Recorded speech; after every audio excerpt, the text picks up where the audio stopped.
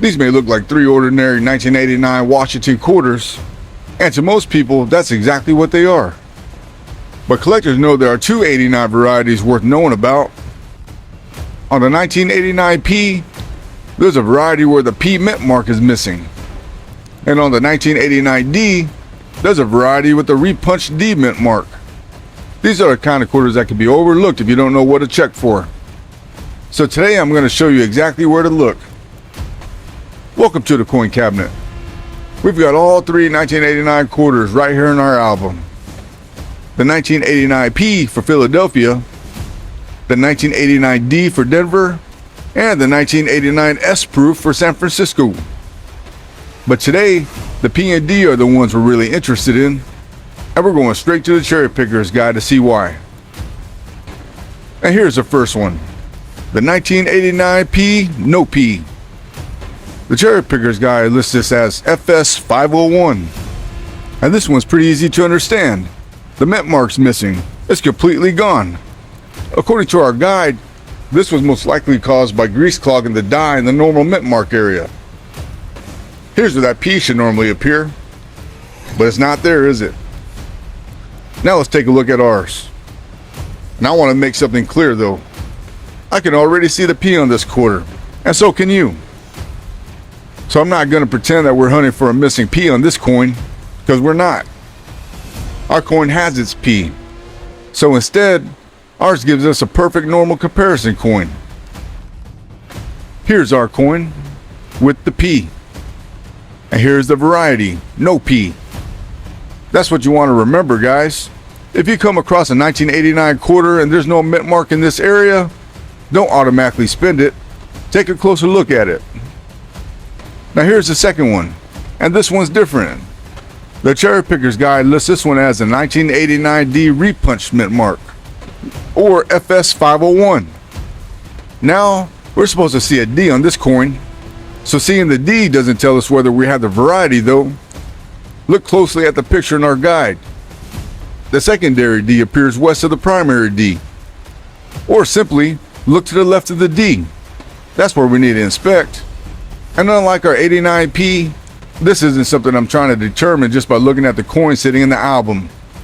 We need some magnification. Under the scope we go.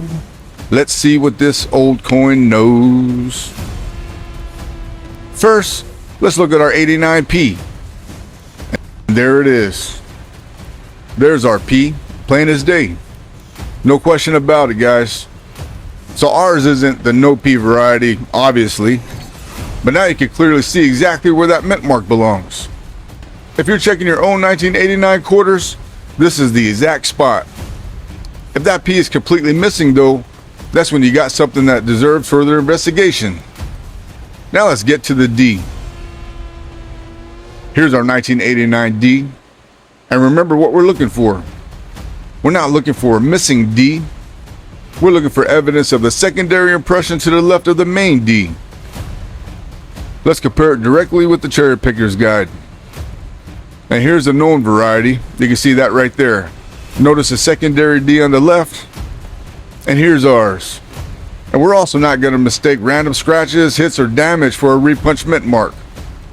We're looking for the actual diagnostic shown in our reference, guys. I'm not seeing the secondary D shown in the Cherrypickers guide, so I'm definitely not going to call ours this variety, and that's okay. The most important thing for me is that now we know what to look for in the next one. And here's something that makes this hunt even more interesting. Look at how many 1989 quarters were originally made. 1989P, 512,868,000. And look at that 89D, 896,535,597. And the 1989 S-Proof with the low 3,220,194. The S was a proof issue, but the P and D were made for circulation. Put Philadelphia and Denver together, and we're talking about more than 1.4 billion quarters originally made for circulation in 1989. That's why I wanted to teach these two varieties. We're not saying normal 1989 quarters are rare, because they're not. But these are common looking coins, where knowing one small detail can tell you that a particular coin deserves another look. And here's the third coin in our 1989 album set, the 1989 S Proof. Look how pretty she looks. The San Francisco Mint produced over 3 million of these. We're showing it because it's part of our 1989 group, but our two Cherrypickers guide varieties today involve the P and D only. So when you come across a 1989 Washington quarter, remember two things. The 1989 P, check for that P. The variety we learned about today is missing it. And the 1989 D, the D should be there, but look closely to the left of that D for evidence of the repunched mint mark.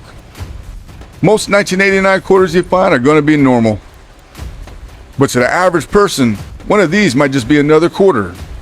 To a collector who knows what to look for, it might be something worth taking a closer look at. That's why we keep learning, and that's why we keep checking our coins. We love learning, and we love sharing what we learn. Thanks for watching the Coin Cabinet, and we'll see you in the next one.